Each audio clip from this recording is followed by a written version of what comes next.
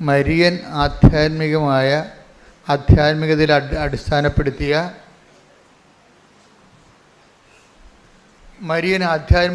അടിസ്ഥാനപ്പെടുത്തിയിട്ടുള്ള ഒരു ജനകീയമായ ഉടമ്പടിയാണ്. ജനങ്ങളാണ് ഈ ഉടമ്പടിയുടെ ഗുണഭോക്താക്കൾ, പ്രയോക്താക്കൾ എല്ലാവരും.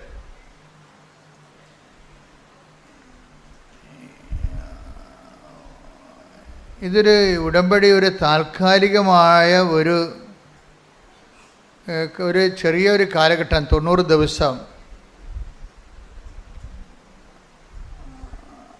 അങ്ങനെ ഒരു ഷോർട്ട് ടൈമാണ് ഉടമ്പടിയുടെ കാലദൈർഘ്യമെന്ന് നമുക്ക് പൊതുവെ പറയാമെങ്കിലും ഇറ്റ് ഈസ് നോട്ട് പ്രാക്ടിക്കൽ.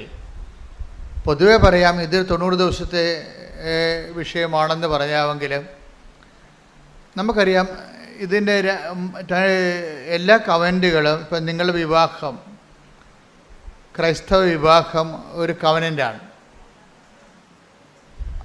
പക്ഷേ ഭർത്താവ് മരിച്ചു കഴിയുമ്പോഴോ ഭാര്യ മരിച്ചു കഴിയുമ്പോഴോ ആ കവനൻ്റ് ഡിസോൾവ് ആയി പോകും.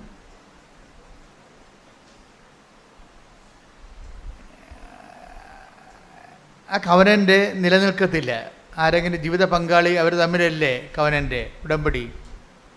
സുഖത്തിലും ദുഃഖത്തിലും സമ്പത്തിലും ദാരിദ്ര്യത്തിലും മരണം വരെ വേർപിരിയാതെ ജീവിക്കാവുന്ന ദൈവത്തിൻ്റെ സന്നിധിയിൽ അവർ ചെയ്യുന്ന വാഗ്ദാനമാണ് ഉടമ്പടി.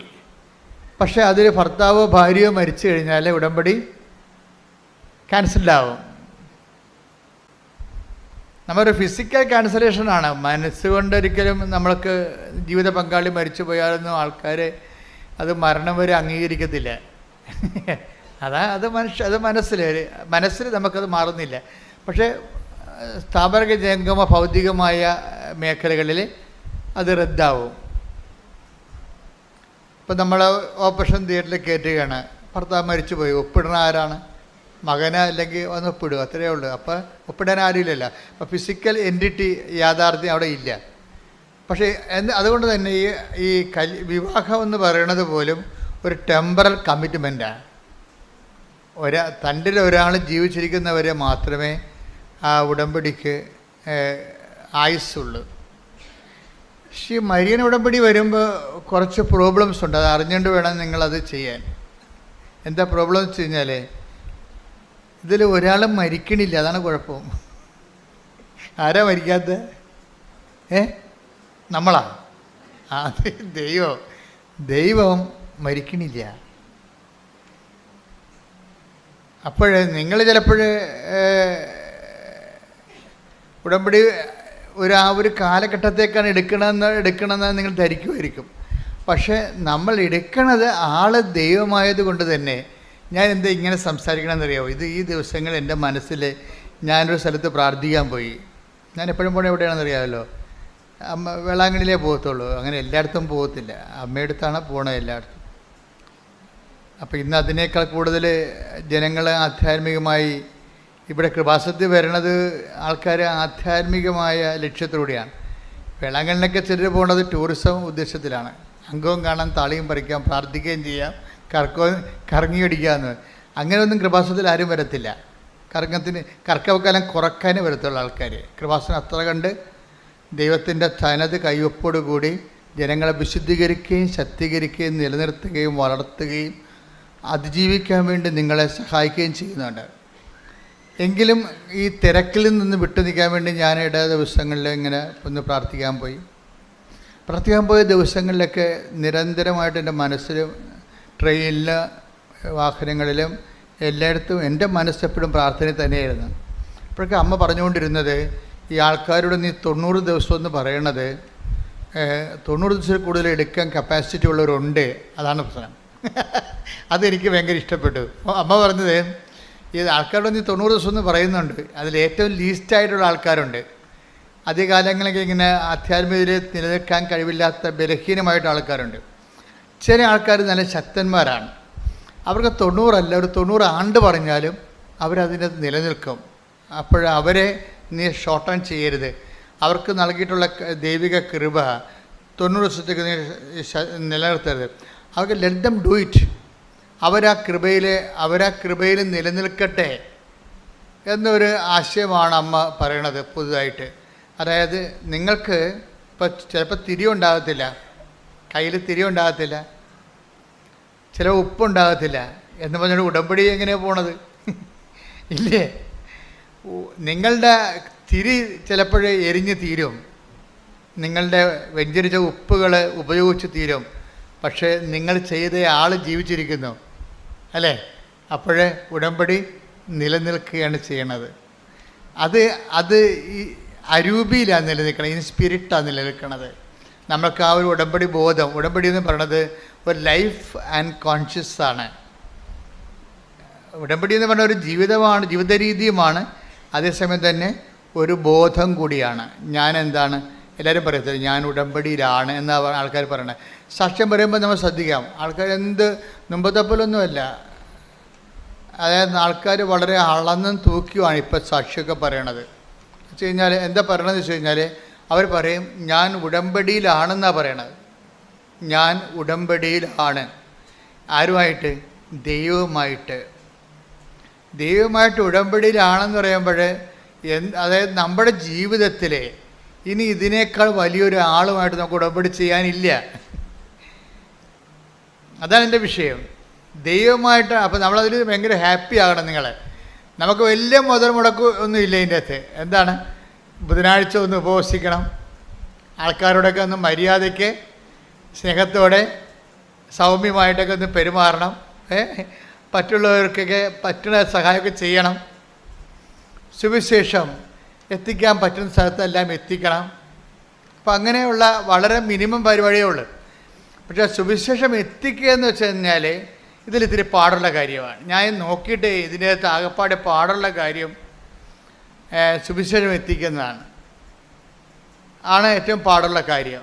അതായത് പാടുള്ളതെന്ന് വെച്ച് കഴിഞ്ഞാൽ അത് ബ്ലെസ്സിങ്സിൻ്റെ പെർസ്പെക്റ്റീവിൽ അത് വരാത്തത് കൊണ്ടാണ് അങ്ങനെ വരുന്നത്. ഒരു കേവലം അനുഗ്രഹം കിട്ടിയത് കൊണ്ട് മാത്രം. ഇപ്പം നിങ്ങളുടെ വീട് വിൽക്കാം, വീട് വാങ്ങിക്കാം, നിങ്ങൾക്ക് സ്ഥലം വിൽക്കാം, സ്ഥലം വാങ്ങിക്കാം, മക്കളെ കല്യാണം കഴിപ്പിക്കാം.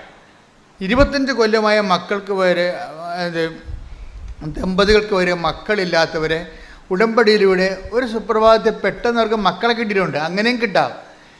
ആഫ്റ്റർ ഓൾ ഇതിങ്ങനെയൊക്കെ കിട്ടുമ്പോഴും അതെല്ലാം ബ്ലെസ്സിങ്സാണ്. അതുകൊണ്ട് സുവിശേഷ വേലയുടെ അനുഗ്രഹം ബ്ലെസ്സിങ്സ് ആകത്തില്ല. അച്ഛൻ പറഞ്ഞ മനസ്സിലായ? അതായത് ഏറ്റവും വലിയ ഇപ്പം നിങ്ങൾക്ക് 25 കൊല്ലമായിട്ടേക്ക് മക്കളില്ല, 25ാമത്തെ കൊല്ലം മക്കളെ കിട്ടി, 24ാമത്തെ കൊല്ലം മക്കളെ കിട്ടി, 23ാമത്തെ കൊല്ലം മക്കളെ കിട്ടി. അങ്ങനെ ഉടമ്പടിയിൽ സമൃദ്ധമായ സാക്ഷ്യങ്ങളാണ്. പക്ഷേ ഇതിനേക്കാൾ വലുതാണ് സുവിശേഷം കൈമാറ്റത്തിൻ്റെ സാക്ഷ്യം. ഒരു ഉടമ്പടിയിൽ ഏറ്റവും വലിയ സാക്ഷ്യം എന്താണെന്ന് എന്നോട് ചോദിച്ചാൽ ഞാൻ പറയും ജോലി കിട്ടി, അല്ലെങ്കിൽ 11 പ്രാവശ്യം IELTS എഴുതിയിട്ട് ഉടമ്പടി എടുത്തപ്പോൾ 12ാം പ്രാവശ്യം ജയിച്ചു. അതൊക്കെ അതുപോലെ തന്നെ ഇപ്പോൾ ഈ ദിവസങ്ങളിലൊരു സാക്ഷ്യം ഉണ്ടായി. സാക്ഷ്യം എന്താണെന്നറിയാവോ? അതായത് എരിമപ്പെട്ടിയിൽ നിന്ന് ജോസഫീനയും ചാക്കോയും കൂടി പറഞ്ഞ സാക്ഷ്യമാണ്. തൃശ്ശൂർ എരിമപ്പെട്ടിയിൽ നിന്ന് ജോസഫീനയും ഈ ആഴ്ചത്തെ ഏറ്റവും നല്ല സാക്ഷ്യം. ഞാൻ കഴിഞ്ഞ ആഴ്ചയിലെ നമ്മുടെ അലക്സച്ചനോട് ഞാൻ പറയുമായിരുന്നു, അച്ഛാ ഈ ആൾക്കാർ പറയണ സാക്ഷ്യമൊന്നും സാക്ഷ്യമല്ല. ഞങ്ങൾ ഊണ് കഴിക്കാതിരിക്കുമ്പോഴൊക്കെ പറയണ എല്ലാം ഉടമ്പടിക്കാരുമായിരിക്കും, മറ്റു കാര്യങ്ങൾ അങ്ങനെ കുറച്ചേ പറയാറുള്ളൂ. അപ്പം ഞാൻ അലക്സച്ചനോട് പറഞ്ഞു, അച്ഛാ ഈ ആൾക്കാരിപ്പോൾ പറയണ സാക്ഷ്യങ്ങളൊന്നും അതൊക്കെ ഉടമ്പടി സാക്ഷ്യമാണ്, പക്ഷെ പ്രത്യക്ഷീകരണ സാക്ഷ്യമല്ലെന്ന് പറയും. ഉടമ്പടി സാക്ഷ്യമാണ്, പക്ഷേ പ്രത്യക്ഷീകരണ സാക്ഷ്യമല്ല. കാര്യം പലതരം സാക്ഷ്യങ്ങൾ ഇവിടെ നടക്കുന്നത്. ഈ പ്രത്യക്ഷീകരണ സാക്ഷ്യം എന്ന് പറയുമ്പോൾ അതിൻ്റെ ക്വാളിറ്റി എന്ന് പറയുമ്പോൾ ഉടമ്പടി സാക്ഷ്യത്തെക്കാളും വലിയ സാക്ഷ്യങ്ങളാണ്. എന്താ കാര്യം? ഞാൻ അച്ഛനോട് പറഞ്ഞത്, അമ്മയോട് പറയുന്നുണ്ട് മരിച്ച ആൾ ഉയർത്തി നിൽക്കുമെന്ന് പറയുന്നുണ്ടെന്ന് പറയും. ഞാൻ അങ്ങനെ അച്ഛനോട് പറഞ്ഞത്, മരിച്ച ആൾ, മരിച്ചു കിടക്കുന്ന ആൾ ഉയർത്തെന്ന് പറയണത് അനുസരിക്കുക. നമ്മൾ പറയുന്ന അനുസരിക്കണമെന്ന് ദൈവത്തിന് പ്രശ്നങ്ങളൊന്നും ഉണ്ടായിട്ടല്ല, പക്ഷെ അതിൻ്റെ കീഴ്വഴക്കം, ഉടമ്പടിക്കൊരു കീഴ്വഴക്കം ഉണ്ടല്ലോ. അതെന്താണ്? ആദ്യം നമ്മൾ ദൈവം പറഞ്ഞതുപോലെ ആദ്യം ചെയ്യണം. ഓരോ കാര്യം ചെയ്തിട്ട് ഞാൻ അത് ചെയ്തില്ല, എനിക്ക് ആ അനുഗ്രഹം കിട്ടിയില്ലല്ല, ഞാൻ അത് ചെയ്തില്ല, വസ്തു വിറ്റില്ലല്ലോ, ഞാൻ ഇത് ചെയ്തില്ല, എന്നിട്ട് എനിക്ക് മാർക്ക് കൂടിയില്ലല്ലോ. അങ്ങനെ ഓരോ കാര്യത്തിനും ദൈവത്തോട് നീ തർക്കിക്കാൻ പോകരുത്. ഉടമ്പടിയിൽ വളരെ മാനുഷികമായിട്ട് ആ ഉടമ്പടിയെ മനുഷ്യൻ്റെ ചാബല്യങ്ങളോട്, ഒത്തിരി ചാബല്യമുള്ള ആൾക്കാർ ഉടമ്പടി എടുത്തിട്ടുണ്ടേ, അവരാണ് ഈ ഉടമ്പടി പിന്നോട്ട് വലിക്കണതിൻ്റെ കാരണം. ഒത്തിരി ചാബല്യമുള്ള ആൾക്കാർ, അവർ ജീവിതം മുഴുവൻ തന്നെ ചാബല്യമാണ്. അത് അവർ ഉടമ്പടി എടുക്കുമ്പോൾ ആ ചാബല്യം ദൈവത്തോടും കാണിക്കും. ഓരോരോ കാര്യം ചെയ്തേച്ചും പറയും, ഞാൻ അത് അങ്ങനെ ചെയ്ത് പത്രം കൊണ്ട് അവിടെ കൊടുത്തു, എന്നിട്ടും എനിക്ക് PR ശരിയായില്ലെന്ന് പറയും. ചാബല്യമാണത്. നിങ്ങൾ ശരിക്കും പറഞ്ഞാൽ ദൈവമായിട്ടാണ് മിണ്ടാതെ ഇടപെടുന്ന കാരണം ചെയ്യാനുള്ളതൊക്കെ ചെയ്യുക. അതാണ് അത് വചനത്തിൻ്റെ നിലപാടതാണ്. ചെയ്യാനുള്ള ചെയ്യുക, എന്നിട്ട് മിണ്ടാതിരിക്കുക. ദൈവം അതിൻ്റെ ഇരട്ടി ചെയ്തോളും. നീ ദൈവത്തിൻ്റെ കൂടെ കയ്യെ പിടിച്ചിട്ട് ആ ഈ എന്ന് പറഞ്ഞ പിള്ളേരെ എടുത്തു തുടങ്ങിക്കത്തില്ലേ. ഇപ്പം നിങ്ങൾ ചില ആൾക്കാർ അങ്ങനെ ചെയ്യണത്, ദൈവത്തിൻ്റെ കയ്യേക്കാരി പിടിച്ചിട്ട് ഈ എന്നൊക്കെ പറഞ്ഞിട്ട് കുഞ്ഞുങ്ങളെ കൊണ്ട് എഴുതിക്കണ പോലെ ഞാൻ 10 കൊടുത്തു, അതുകൊണ്ട് അതിൻ്റെ അനുഗ്രഹം കൊണ്ട് വെക്ക്. ഞാൻ രോഗിയെ ആശുപത്രി പോയി കണ്ടു, അതുകൊണ്ട് എൻ്റെ രോഗം ഇത് മാറ്റിത്താ. ഇങ്ങനെ ഓരോ കാര്യത്തിന് ഇങ്ങനെ അങ്ങനെ ചെയ്യരുത്. എന്താ കാരണം? ചെയ്യാനുള്ളതൊക്കെ സന്തോഷത്തോടെ ചെയ്യണം. ആ take the word of God. നിങ്ങൾ ചെയ്യാനുള്ളതും ചെയ്തതിന് ശേഷം ഞങ്ങൾ പ്രയോജനരഹിതന്മാരായ ദാസന്മാരാണ്, കടമബദ്ധം നിർവഹിക്കുക മാത്രമേ ചെയ്തിട്ടുള്ളൂ. അതല്ല പക്ഷേ ദൈവത്തിൻ്റെ നിലപാട് കണ്ട. ലൂക്ക 17:10. ലൂക്ക 17:10 നോക്കിയേ. ഇതുപോലെ തന്നെ പറഞ്ഞേ. ഇതുപോലെ തന്നെ നിങ്ങളും കൽപ്പിക്കപ്പെട്ടവയെല്ലാം ചെയ്തതിന് ശേഷം കണ്ട, കൽപ്പിക്കപ്പെട്ടവയെല്ലാം പറഞ്ഞേ, കൽപ്പിക്കപ്പെട്ടവയെല്ലാം ചെയ്തതിന് ശേഷം ഞങ്ങൾ പ്രയോജനമില്ലാത്ത ദാസന്മാരാണ് കടമ നിർവഹിച്ചതേയുള്ളൂ എന്ന് പറയുവിൻ. ദൈവത്തിന്റെ വചനം നിർവഹിക്കണത് എന്താണ്? നമ്മുടെ കടമയാണത്. ഉടമ്പടി എന്താ ചെയ്യണത്? ഇപ്പം ചില കത്തോലിക്കരൊക്കെ വന്ന് ഉടമ്പടി എടുത്ത് ഒരു 3 മാസം കഴിയുമ്പോൾ അവർ പറയവേ, ഇത് പാടൊന്നുമില്ല അച്ഛാ, ഇത് ഉടമ്പടി എടുക്കാതെ തന്നെ നമ്മൾ ചെയ്യേണ്ട കാര്യങ്ങളാണെന്ന്. അത്രേ ഉള്ളു, കറക്റ്റാണത്. ഇത് പാടൊന്നുമില്ല അച്ഛാ, ഇത് ഉടമ്പടി എടുക്കാതെ തന്നെ നമ്മൾ ചെയ്യേണ്ട, രോഗികളെ പോയി കാണണ്ടല്ലേ അല്ലേ? പിന്നെ ഇതിൻ്റെ വരണത് രോഗികളെപ്പോയി നമ്മൾ കാണുന്നുണ്ട്. മിക്കവാറും അവർ നമ്മുടെ കൊച്ചാപ്പന, ഇളയമ്മ, അമ്മാവന, അങ്കിള ഒക്കെ ആയിരിക്കുന്നേ ഉള്ളൂ. രോഗികളെ നമ്മൾ കാണേണ്ടതാണ്, പക്ഷെ നമ്മൾ കാണാറുണ്ട്. അതെങ്ങനെയാണ്? കേവലമായ മനുഷ്യക്കാഴ്ചയാണ് കാണുന്നത്. എന്താണ് അത്? കാണുന്ന രോഗികൾ മിക്കവാറും നമ്മുടെ പരിചയക്കാരായിരിക്കും, അല്ലെ പാർട്ടിക്കാരായിരിക്കും. പക്ഷെ അപ്പം കർത്താവ് ചോദിക്കും, എന്താണ്? 5:46 ചോദിക്കും. Take the bed for 5:46. Mathai 5:46. നിങ്ങളെ സ്നേഹിക്കുന്നവരെ, നിങ്ങളുടെ ബന്ധുക്കളെ, നിങ്ങളെ സ്നേഹിക്കുന്നവരെ നിങ്ങൾ സ്നേഹിച്ചാൽ നിങ്ങൾക്ക് എന്ത് പ്രതിഫലമാണ് ലഭിക്കുക? ഈ ബന്ധുക്കളെ കാണാൻ തന്നെ ഒരു പ്രതിഫലം ഇല്ലെന്ന്. നിങ്ങളുടെ കൊച്ചാപ്പനെയൊക്കെ കാണാൻ തന്നിട്ടേ ഒരു പ്രതിഫലവും ഇല്ലെന്നാണ് പറയണത്. ആര്? ദൈവം തരുന്നില്ല, അവർ തരുമായിരിക്കും. അവരെഴുന്നേറ്റ് വരുമ്പോൾ ചിലപ്പോൾ വസ്തു എഴുതി തരുമായിരിക്കും. നിങ്ങൾക്ക് അതാണല്ലോ വേണ്ടത്. അതല്ലേ പ്രശ്നം. നിങ്ങൾ ഈ ബന്ധുക്കളൊക്കെ വലിയ ഇങ്ങനെ കുടുങ്ങി ഓടിപ്പോയി കാണുന്നത് എന്താണ്? അതിങ്ങനെ രക്ഷപ്പെട്ട് വന്നാൽ നമുക്ക് വല്ലതും തടയുമെന്നുള്ളതല്ലേ? അതൊക്കെ ദൈവത്തിന് അറിയാം. അതാണ് അവർ പറയണത്. ഒന്ന് വായിച്ച 5:46 മത്തായി. നിങ്ങളെ സ്നേഹിക്കുന്നവരെ നിങ്ങൾ സ്നേഹിച്ചാൽ നിങ്ങൾക്ക് എന്ത് പ്രതിഫലമാണ് ലഭിക്കുക? ഒരു പ്രതിഫലവും ലഭിക്കത്തില്ലെന്നാണ് ഈ പറയണത്. ഈശോ ഇങ്ങനെ നെഗറ്റീവ് പറയാൻ ഇഷ്ടമില്ലാത്ത ആളാണ്. അതുകൊണ്ട് ഇങ്ങനെ ചോദ്യം ചോദിച്ച് നമ്മളെ കുരുക്കി കളയുകയുള്ളൂ. നിങ്ങൾക്ക് ഒരു പട്ടിക്കാട്ടത്തിൻ്റെ വിലയും കിട്ടത്തില്ലെന്നാണ് ഈ പറയണത് പച്ച മലയാളത്തിൽ. എൻ്റെ ഭാഷയെ പറഞ്ഞാൽ എന്നുവെച്ചാൽ എന്താണ് പറയണത്? നിങ്ങൾക്ക് എന്ത് പ്രതിഫലമാണ് ലഭിക്കുക എന്നുവെച്ചാൽ സീറോ ബെനിഫിറ്റ്സ് എന്നാണ് പറയുന്നത്. Zero benefits. ഈ ബന്ധുക്കളെയും ചുവന്നുകൊണ്ട് നടന്നാൽ ദൈവത്തിൻ്റെ ഭാഗത്തുനിന്ന് സീറോ ബെനിഫിറ്റ്സ് എന്നാണ് പറയണത്. ഒന്നുമില്ല എന്നാണ് പറയണത്. പിന്നെ ചുങ്കക്കാർ പോലും എന്നുവെച്ചാൽ ദൈവത്തോട് യാതൊരു ബന്ധമില്ല നിൽക്കുന്ന ആൾക്കാർ ചുങ്കക്കാർ. എന്താ കാര്യം? റോമക്കാർ. മിക്കവാറും ചുങ്കക്കാർ, ഇസ്രായേലിലെ ചുങ്കക്കാരൊക്കെ റോമക്കാരായിരിക്കും. റോമക്കാരെന്നാ ചെയ്യണം? റോമക്കാരാണ് ഇവിടെ ഭരിക്കണത്. നമ്മളെ ഇംഗ്ലീഷുകാർ ഭരിച്ചില്ലേ, അവർ റോമക്കാരാണ് അന്ന് ഈ യെരുശലേം ഭരിച്ചത്. അപ്പോൾ റോമക്കാരെന്ത് ചെയ്യും? അവിടെ സീസറിന് 10 രൂപ കൊടുക്കണമെന്നുണ്ടെങ്കിൽ ഇടനിലക്കാരെല്ലാം കൂട്ടി ഗുണ്ടാപ്പിരിവും എല്ലാം കൂടി കഴിയുമ്പോൾ 100 രൂപ മേടിക്കും ആൾക്കടയ്ക്ക് എന്ന്. അവിടെ 10 രൂപയെ കൊടുക്കത്തുള്ളൂ, ബാക്കി 100 രൂപ കുറേ പൈസ ഇവരടിച്ചു മാറ്റും. അപ്പോൾ അതുകൊണ്ട് ഈ പുച്ഛമാണ് ചുങ്കക്കാര്. അപ്പം അവരങ്ങനെ എന്താ വെച്ചാൽ ഇവരുടെ ഗുണ്ടകളുണ്ട് കുറേ ആൾക്കാരിപ്പോൾ 10 രൂപ റൂമിൽ കൊടുക്കണമെന്നുണ്ടെങ്കിൽ ഇവന്മാർ ആരെ പിടിക്കണം? അതിനകത്ത് ഇടനിലക്കാരുണ്ട് അല്ലേ?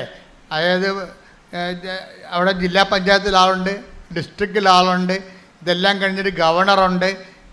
അവർക്കെല്ലാം കിട്ടാവുന്നതെല്ലാം ഓഹരിയിൽ ഇവർ പിരിച്ചു കൊടുക്കണം. അപ്പോൾ ജനങ്ങൾ കൊടുക്കുക, ജനങ്ങൾ കൊടുക്കത്തില്ല. ജനങ്ങൾ കഷ്ടപ്പെട്ടൊക്കെ എന്തുമാത്രം ഇസ്രയേലിലാണെങ്കിൽ അന്നത്തെ കാലത്താണെങ്കിൽ ഒരു കാലാവസ്ഥ ഇല്ലാത്ത സമയമാണ്. കാലാവസ്ഥ അല്പം തെറ്റിയാൽ പണ്ടൊക്കെ ക്ഷാമം വരത്തില്ലേ? ക്ഷാമം വരണം എന്തുകൊണ്ടാണ്? ചില കാലങ്ങളിൽ മഴ തെറ്റിപ്പെയ്യും.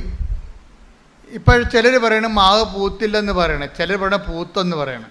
സോഷ്യൽ മീഡിയയിൽ പറയും മാവ് പൂത്തില്ല എന്ന് പറയണത്, പക്ഷേ ഞങ്ങളുടെ മാവ് പൂത്തെന്ന്. അത് നല്ല കാര്യം. നിങ്ങളുടെ മാവേ പൂത്തുള്ളൂ, നാട്ടിലൊന്നും മാവ് പൂത്തിട്ടില്ല. എന്താ കാര്യം? കാലാവസ്ഥ ഭേദം ഉണ്ടായി. അങ്ങനെ പണ്ടിതുപോലെ കാലാവസ്ഥ ഭേദം ഉണ്ടായാൽ ക്ഷാമം ഉണ്ടാവും. ഈ ക്ഷാമത്തിൻ്റെ ഇടയ്ക്കാണ് ഇവർ കൊണ്ടുവന്ന് 100 രൂപ ചോദിച്ചു കഴിഞ്ഞാൽ എങ്ങനെ ചെയ്യും? നമുക്ക് തന്നെ തിന്നാൻ കിട്ടണില്ല, പിന്നെ എങ്ങനെ മക്കളുടെ കൊടുക്കണത്? അപ്പോൾ പിന്നെ കൊടുക്കാതിരിക്കുമ്പോൾ ഗുണ്ടകൾ വന്ന് വീട് തല്ലി പൊളിക്കും. അതാണ് ചുങ്കക്കാരുടെ പരിപാടി.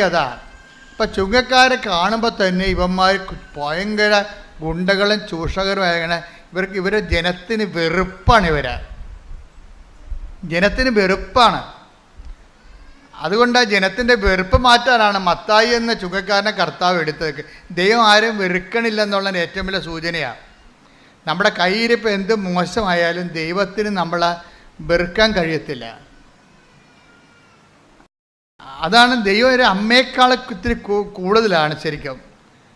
ഇപ്പം ചില മക്കളെയൊക്കെ തൂക്കിക്കൊല്ലാൻ വേണ്ടി വിധിക്കുമ്പോൾ അമ്മയെ വിളിച്ച് പറയത്തില്ലേ വല്ലതും നിനക്ക് അവസാനമായിട്ട് പറയാനുണ്ട്? മക്കളെക്കുറിച്ച് പത്രക്കാർ ചോദിക്കത്തില്ല. തൂക്കിക്കൊല്ലാൻ പോണ പ്രതിയുടെ അമ്മയോട് ചോദിക്കും, നിങ്ങൾക്ക് മകനെ തൂക്കിക്കൊല്ലുകയാണ് നാളെ, നിങ്ങൾക്ക് വല്ലതും പറയാനുണ്ടോ എന്ന് പറയുമ്പോൾ ശരി പറയും, അവൻ എൻ്റെ വയറ്റിൽ പിറക്കാതിരുന്നെങ്കിൽ അത്രയും നല്ലതാണെന്ന് പറയും. അത് പത്രക്കാർ പറയും അവസാനത്തെ വചനം, അവൻ എൻ്റെ വയറ്റിൽ പിറക്കാതിരുന്നെങ്കിൽ. അപ്പോൾ അമ്മയാണെങ്കിലും ശരി, മകൻ തൂക്കുമരത്തിൽ കയറിയ അവൻ എൻ്റെ വയറ്റിൽ പിറക്കാം. പക്ഷേ ദൈവം അങ്ങനെ പറയത്തില്ല, എൻ്റെ വയറ്റിൽ പിറന്നതാണെന്നേ പറയത്തുള്ളൂ. നമ്മൾ മോശക്കാരായാലും പറയും എൻ്റെ വയറ്റിൽ പിറന്നതാണെന്ന്, ഓൺ ചെയ്യും. അതുകൊണ്ട് ദൈവത്തിനാരും അങ്ങനെ, അതാണ് ദൈവം സ്നേഹമാണെന്നൊക്കെ പറയുമ്പോൾ ഈ നമുക്ക് എല്ലാ കോശങ്ങളും ശരീരത്തിൻ്റെ കോശങ്ങളെല്ലാം എഴുന്നിരുന്നിട്ട് ഹല്ലേലൂയ പറയണത് സത്യമായത് കൊണ്ടാണ്. എന്താ കാര്യം? സ്വന്തം അമ്മ തന്നെ പറയും അവൻ എൻ്റെ വയറ്റിൽ പിറക്കാതിരുന്നെങ്കിൽ നല്ലതായിരുന്നെന്ന്. പക്ഷെ ദൈവം പറയത്തില്ല, ഞാൻ തന്നെ എൻ്റെ വയറ്റിൽ തന്നെ പിറന്നതാണ്, അവന് അല്പം ദൈവസ്നേഹം കുറഞ്ഞു പോയെന്നേ പറയത്തുള്ളൂ. ബൈബിള് ഈ വിഷയങ്ങൾ പാപത്തെ എല്ലാം കാണുന്നത് പാപം എന്നതിനേക്കാളുപരി ദൈവസ്നേഹം കുറഞ്ഞു പോയെന്നേ പറയത്തുള്ളൂ. അവന് എന്നോട് ഇത്തിരി സ്നേഹം കുറഞ്ഞു പോയി. ദൈവത്തോട് സ്നേഹം കുറഞ്ഞു പോകുമ്പോൾ എന്ത് ചെയ്യും? അറിയാതെ തന്നെ തിന്മകളിലേക്ക് മനുഷ്യൻ പോകും. ഞങ്ങൾ ഈ ആധ്യാത്മിക ഭിഷഗ്വരന്മാർ ചെയ്യണ പരിപാടി എന്താണെന്നറിയാമോ? ജനങ്ങളെ ഇങ്ങനെ ശപിച്ച് നിങ്ങൾ മോശമാണ്, പാപമാണ്, പാപം കത്തിക്കണമെന്നൊന്നും ഞാൻ പറയത്തില്ല. പാപത്തെക്കുറിച്ച് ഞാൻ സംസാരിക്കാറ് പോലുമില്ല. ഞാൻ സംസാരിക്കുന്നത് എന്തിനെക്കുറിച്ചാണ്? ദൈവസ്നേഹത്തെക്കുറിച്ച് സംസാരിക്കും. ദൈവസ്നേഹത്തെക്കുറിച്ച് സംസാരിക്കും. കുമ്പസാരെ കൂടി ഇരിക്കുമ്പോഴും ഞാൻ പറയും, മകനെ ഇരുട്ടാണെന്നും പറഞ്ഞുകൊണ്ട് നീ മൊത്തം ഇരുട്ടാണെന്ന് നിൻ്റെ കണ്ണുകൂടി അടച്ച് കളഞ്ഞേണ്ട കാര്യമില്ല. ചില ആൾക്കാർ ഇരുട്ടാണെന്ന് പറഞ്ഞിട്ടേ അവൻ്റെ കണ്ണുകൂടി അടച്ച് കളയും. കാര്യം എനിക്ക് ഈ പാപത്തിൽ നിന്ന് രക്ഷപ്പെടാൻ പറ്റത്തില്ല അച്ഛാന്ന് പറയും. ഞാൻ പറഞ്ഞു ഇനി രക്ഷപ്പെടാൻ പറ്റും, ഇരുട്ടാണ്. അപ്പം നമ്മൾ വിളക്ക് കത്തിക്കുക, നീ പുണ്യപ്രവർത്തികളൊക്കെ ചെയ്യ്. പതുക്കെ ദൈവം തന്നെ അന്നെ കണ്ണ് കാഴ്ച തുറന്നതല്ലേ, ഇരുട്ട് മാറ്റിയതല്ലേ. ദൈവം തന്നെ ചില പാപങ്ങളെ നമ്മൾ രക്ഷപ്പെടണമെങ്കിൽ ദൈവം തന്നെ വന്ന് നമ്മുടെ കണ്ണിൽ തൊടണം. അപ്പോൾ നമ്മളെന്ത് ചെയ്യും? നമ്മൾ അവൻ പറയണ പോലെ ഉടമ്പടി എന്ന് പറഞ്ഞാൽ ഭയങ്കര ഔഷധമാണേ. ഉടമ്പടി എന്ന് പറഞ്ഞാൽ എന്താണ്? നമ്മളെ ദൈവസ്നേഹത്തെ വളർത്തും. നിങ്ങളിതൊക്കെ ചെയ്യുമ്പോഴേ നിങ്ങൾക്ക് വസ്തുസ്നേഹമാണ് ചിലർക്ക് ഉണ്ടാകണത്. നിങ്ങളിപ്പോൾ ചെയ്യുന്നില്ലേ, ഓരോ കാര്യങ്ങൾ ചെയ്യുന്നില്ലേ? രോഗികളെ കാണുന്നുണ്ട്, സുവിശേഷ വേല ചെയ്യുന്നുണ്ട്. അപ്പം നിങ്ങൾക്ക് പലർക്കും ദൈവസ്നേഹമല്ല ഉണ്ടാകണത്. എന്താ ഉണ്ടാകണത്? വസ്തുസ്നേഹം എന്ന് പറയും, അല്ലെങ്കിൽ വിഷയസ്നേഹം. എന്താണ് കാര്യം? ഞാനിങ്ങനെ ചെയ്യുമ്പോൾ എനിക്ക് ഒന്നെങ്കിൽ എൻ്റെ കാണാതെ പോയ ഭർത്താവ് തിരിച്ചു വരും, അപ്പോഴും വ്യക്തിസ്നേഹമായില്ലേ അല്ലേ? അല്ലെങ്കിൽ എൻ്റെ പഠിക്കാത്ത മകൻ പഠിക്കാൻ തുടങ്ങും, അപ്പോൾ എന്തായാലും അപ്പോഴും വ്യക്തിസ്നേഹമാണ്. അല്ലെങ്കിൽ എനിക്ക് ഞങ്ങളുടെ വീടിൻ്റെ വാതിക്കൽ കൊടുക്കാൻ പോകുന്ന സ്ഥലം മേടിക്കാൻ പറ്റും, അപ്പോൾ വസ്തുസ്നേഹമായില്ലേ? അപ്പോൾ നമ്മൾ ഉടമ്പടിയിൽ വരണത് നിങ്ങൾ ശ്രദ്ധിക്കണം. ഉടമ്പടി ലാഗ് ചെയ്യാനുള്ള കാരണം നിങ്ങളുടെ ഈ ഉടമ്പടിയുടെ സൂചി ഇരിക്കണത് ദൈവസ്നേഹത്തിലല്ല ഇരിക്കണത്. എവിടെയാണ്? വസ്തുസ്നേഹത്തിലോ വിഷയസ്നേഹത്തിലോ ആണ് ഇരിക്കുന്നത്. അതുകൊണ്ടാണ് താമസിക്കുന്നത്. അപ്പോൾ നിങ്ങളുടെ ഇപ്പം നമ്മൾ ചെയ്യുമ്പോൾ നിയോഗങ്ങളൊക്കെ വെക്കുന്നുണ്ടെങ്കിലും നിങ്ങൾ നിയോഗം അല്ല ഉടമ്പടി ലക്ഷ്യം. കഴിഞ്ഞ ദിവസങ്ങളിലേ ഞാനിവിടെ ഇതില്ലേ അതായത് നമ്മുടെ ഡെയിലി ബ്രെഡ് അവിടെ സ്റ്റുഡിയോയിൽ നിൽക്കിയിരുന്നു. അപ്പോൾ ഞാനിങ്ങനെ ഡെയിലി ബ്രെഡ് സംസാരിക്കുന്ന സമയത്ത് കർത്താവിനോട് പറഞ്ഞു, ഉടമ്പടിയുടെ ലക്ഷ്യം ഉടമ്പടിയുടെ വിഷയമല്ല, ഉടമ്പടി തന്നെയാണെന്ന് പറയാൻ പറഞ്ഞു. ഉടനെ ഞാൻ പറഞ്ഞ്, കർത്താവ് പറയണം ഉടമ്പടിയുടെ ലക്ഷ്യം ഉടമ്പടിയുടെ വിഷയമല്ല, ഉടമ്പടി തന്നെയാണ്.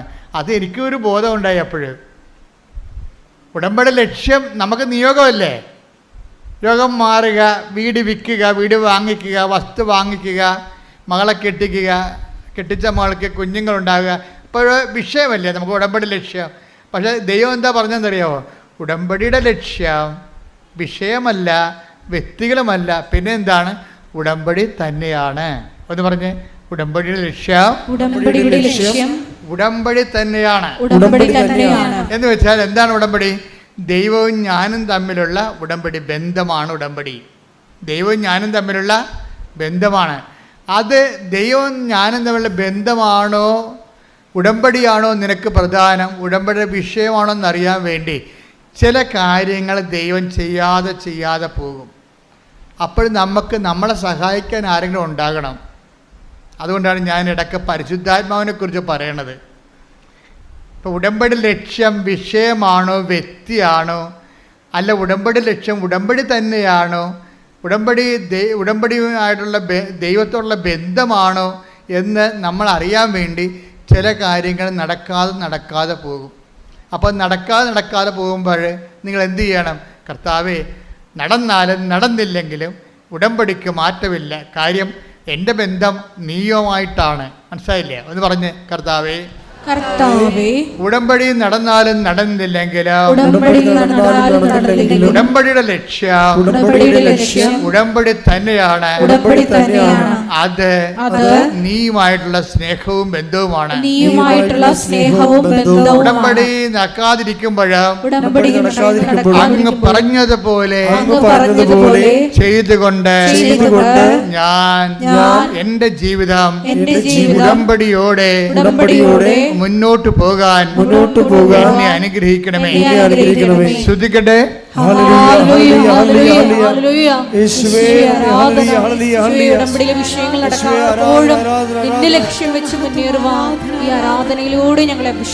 ഉടമ്പടിയുടെ കുറെ കാര്യങ്ങള്, അതിൻ്റെ ഒരു ബയോളജി, ജീവശാസ്ത്രം, അതിൻ്റെ ഓരോ അവയവങ്ങളും ഘടകങ്ങളും ഒക്കെ നമ്മൾ പഠിച്ചുകൊണ്ടിരിക്കുന്നത്. അതായത് ഉടമ്പടിയുടെ ലക്ഷ്യം ഉടമ്പടി തന്നെയാണ്. അല്ലെങ്കിൽ നമ്മൾ ആരുമായിട്ട് ഉടമ്പടി ചെയ്തിരിക്കുന്നുവോ ആ ദൈവം തന്നെയാണ് ഉടമ്പടി ലക്ഷ്യം. ബൈബിളെന്ന് പറയുന്നത് ഏത് തരത്തിലുള്ള മാനുഷികമായ ബലഹീനതയിൽ ഇരുട്ടിൽ കിടക്കുന്നവർക്കും ഒരു പ്രത്യാശയാണ്. ഏത് പാപാവസ്ഥയിൽ കിടക്കുന്നവനും ഒരു പ്രത്യാശ കൊടുക്കും. എന്താണ്? അന്ധകാരത്തിൽ കിടക്കുന്നവർ ഒരു പ്രകാശം കണ്ടു. Take the word of God. ശ്രുതിക്കട്ടെ. Hallelujah, hallelujah, hallelujah, hallelujah, hallelujah, യേശുവേ നന്ദി, ഹല്ലേലൂയ, ഹല്ലേലൂയ, ഹല്ലേലൂയ, യേശുവേ ആരാധന, ആരാധന. മത്തായി 4:16 ഭയങ്കരമായ ഒരു വചനമാണിത്. അതായത് മത്തായി 4:16. അന്ധകാരത്തിൽ സ്ഥിതി ചെയ്തിരുന്ന ജനങ്ങൾ പറഞ്ഞ അന്ധകാരത്തിൽ സ്ഥിതി ചെയ്തിരുന്ന ജനങ്ങൾ വലിയ പ്രകാശം കണ്ടു. മരണത്തിന്റെ മേഖലയിലും നിഴലിലും വസിച്ചിരുന്നവർക്കായി ഒരു ദീപ്തി ഉദയം ചെയ്തു. അതായത് മരണം എന്ന് പറഞ്ഞാൽ എന്താണ്? പാപം തന്നെയാണ്.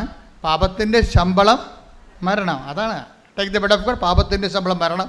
ശ്രുതിക്കട്ടെ. Hallelujah, hallelujah, hallelujah. യേശുവേ ആരാധന ആരാധന ആരാധന. യേശുവേ നന്ദി, മഹത്വം മഹത്വം. Hallelujah hallelujah hallelujah. റോമ 6:22. റോമ 6:22. പാപത്തിന്റെ വേതനം മരണമാണ്. പാപത്തിന്റെ ശമ്പളം പറഞ്ഞേ, പാപത്തിന്റെ ശമ്പളം മരണമാണ്. മരണമാണ്. റോമായുടെ കൂടെ പാപത്തിന്റെ ശമ്പളം മരണമാണ് എന്ന് പറയുന്ന വചനത്തിന്റെ കൂടെ വായിച്ചേ, മത്തായി 4:16.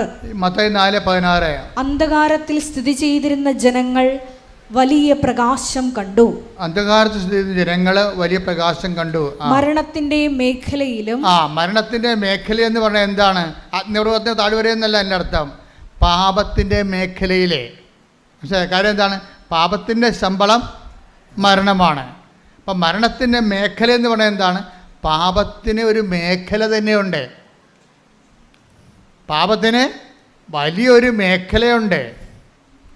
അപ്പോൾ ആ മേഖലയിൽ താമസിക്കുന്ന ആൾക്കാരുണ്ട് പാപത്തിന്. അപ്പോൾ ഒരു ഈ പാപത്തിൻ്റെ ഒരു സിൻ സോൺ എന്ന് പറയാമെങ്കിൽ പറയാവുന്ന സിൻ സോൺ എന്ന് പറയുമ്പോൾ അത് ഒരു പാപമായിട്ട് വരത്തില്ല. ഒരാളിന് ഒരു പാപം ഉണ്ടെങ്കിൽ അതിന് മുഴുവൻ ഒരു സോണിൽ തന്നെ ആ മുഴുവൻ പാപമായിരിക്കും. ഇപ്പം ഞാനൊരു സ്ഥലത്ത് ചെന്നപ്പോൾ ഇവിടെ അതിരപ്പള്ളി പണ്ട് ഞാൻ പോയിട്ടുള്ളതാണ്. 70-75 പോയിട്ടുള്ളതാണ്. അപ്പം അന്ന് പോയപ്പോൾ അവിടേക്ക് എണ്ണപ്പനയില്ലേ. ഇപ്പം ചെല്ലുമ്പോൾ മുഴുവൻ എണ്ണപ്പനയാണ്. കഴിഞ്ഞ ദിവസങ്ങളിൽ കഴിഞ്ഞ 2-3 മാസം മുമ്പ് ഞാൻ പോയപ്പോൾ ആ എണ്ണപ്പനയുടെ ആ കാട്ടിക്കുടിയൊക്കെ വെറുതെ ചുമ്മാ പ്രാർത്ഥിച്ചുകൊണ്ട് പോയി. എന്താ പോയെന്ന് വെച്ചാൽ ഭയങ്കരമായൊരു കുളിർമയാണ്. അപ്പം അത് ഈ പെണ്ണപ്പനയുടെ മേഖലയാണ്. ഇതുപോലെ ഒരു പനയായിട്ടൊന്നും ഉണ്ടാകത്തില്ല. പാപത്തിൻ്റെ ഒരു പനയായിട്ടുണ്ടാകത്തില്ല. ഒരു മേഖലയായിരിക്കും ഉണ്ടാകുന്നത്. ഈ മേഖല, പാപത്തിൻ്റെ മേഖലയിൽ എന്ത് ചെയ്യണം? അവൻ വലുതാകണം, ഞാൻ ചെറുതാകണം. അപ്പം ഞാനെന്ന് പറഞ്ഞ കാര്യം അത്ര കുറച്ച് അട്ടേക്കപ്പെടപ്പൂടി. അവൻ വലുതാകണം, ഞാൻ ചെറുതാകണം. യോഹന്നാൻ 3:30. യോഹന്നാൻ 3:30. അവൻ വളരുകയും. അവൻ എന്ന് പറഞ്ഞാൽ ആരാണ്? അയാള്.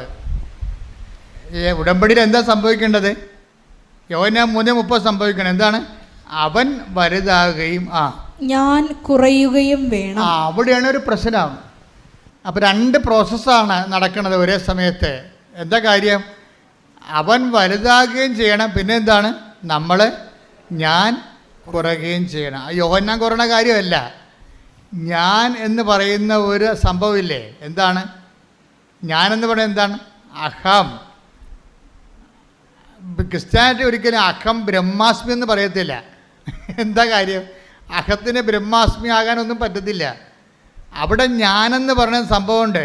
എന്താ കാര്യം? ഞാനെന്ന് പറയുന്നത് എന്താണ്? ഞാൻ, ബൈബിൾ പറയും, ഞാൻ ദുർഭകനായ മനുഷ്യൻ.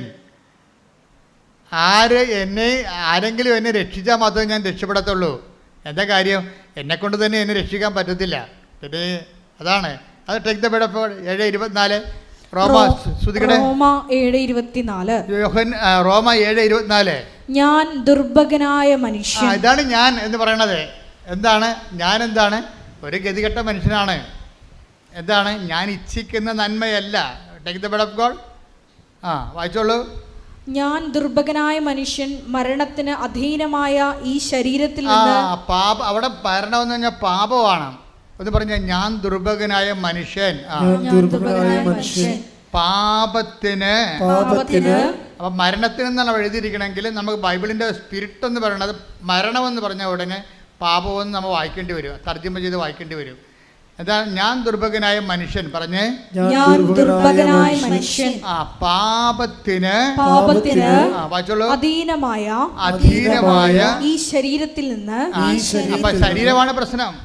ഈ ശരീരത്തിൽ നിന്ന് എന്നെ ആര് മോചിപ്പിക്കും? ശരീരത്തിൽ നിന്ന് ആരെങ്കിലും മോചിപ്പിക്കണം. എന്താ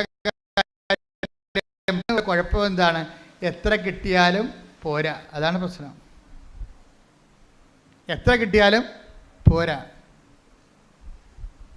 ഇപ്പം ഓരോ വ്യക്തികൾ എന്താ ചെയ്യണത്? നമ്മൾ ഓരോരോ ആൾക്കാർ മലയാളത്തിൽ സംഭവിക്കണുണ്ടല്ലേ. ഇപ്പം ഞാൻ ഈ ദിവസം തമിഴ്നാട്ടിൽ പോയപ്പോൾ ഞാൻ പറഞ്ഞു, ഇവരെല്ലാം കേരളക്കാർക്ക് പഠിക്കണം തോന്നാമെന്ന് പറഞ്ഞ്. തമിഴ്നാട് കണ്ടപ്പോഴേ ഞാൻ ഇവരെല്ലാം കേരളക്കാർക്ക് പഠിക്കുകയാണ്. അതാണ് ഇത് നമ്മൾ അതിർത്തി പ്രദേശങ്ങളിൽ ചെന്നാൽ മനസ്സിലാകും. അതിർത്തി പ്രദേശങ്ങളിലെല്ലാം പണ്ടുണ്ടായിരുന്നത് സാധാരണ മനുഷ്യൻ ജീവിക്കാൻ പറ്റിയൊരു വീട് അത്രേ ഉള്ളൂ. ഇപ്പോൾ അങ്ങനെയല്ല. ഇപ്പോൾ അവരെല്ലാവരും 2 നിലയും 3 നിലയും ഒക്കെ ആക്കിയിട്ടുണ്ട്. പക്ഷേ 3 നില ആക്കിയാലും കുഴപ്പമില്ല. എന്താ പ്രശ്നം? അതിൻ്റെ അകത്ത് ഒരു 30 ആൾക്കാർ താമസിക്കുന്നുണ്ടെങ്കിൽ കുഴപ്പമില്ല. പക്ഷേ 3 പേര് താമസിക്കുന്നുള്ളൂ 3 നിലയിൽ. അവിടെയാണ് ഈ ഞാനെന്ന് പറഞ്ഞ സാധനം വരണത്. മനസ്സിലായില്ലേ? ഇപ്പോൾ മനസ്സിലായില്ലേ നിങ്ങൾ? ഇപ്പം ഞാൻ ആരാണെന്ന് മനസ്സിലായില്ലേ? ഇതിൽ നിന്ന് രക്ഷപ്പെടുത്താൻ വല്ല മാർഗമുണ്ടോ? ഇപ്പം നമ്മുടെ വീട്ടിലേക്ക് ഒരു വിരുന്നുകാർ വരികയാണ്. വിരുന്നുകാർ വരുമ്പോൾ ആ എന്ന് പറഞ്ഞ് നമ്മളിങ്ങനെ 2 കൈ നീട്ടിക്കൊണ്ട് അവരുടെ അടുത്ത് വായും പൊളിച്ച്, ചുമ്മാ അഭ്യാസമാണ്. അവർക്ക് പറയാം, മലയാളിക്ക് കുറച്ച് അഭിനയം കൂടുതലാണല്ലോ, നമ്മളെല്ലാവരും ആക്ടേഴ്സ് അല്ലേ.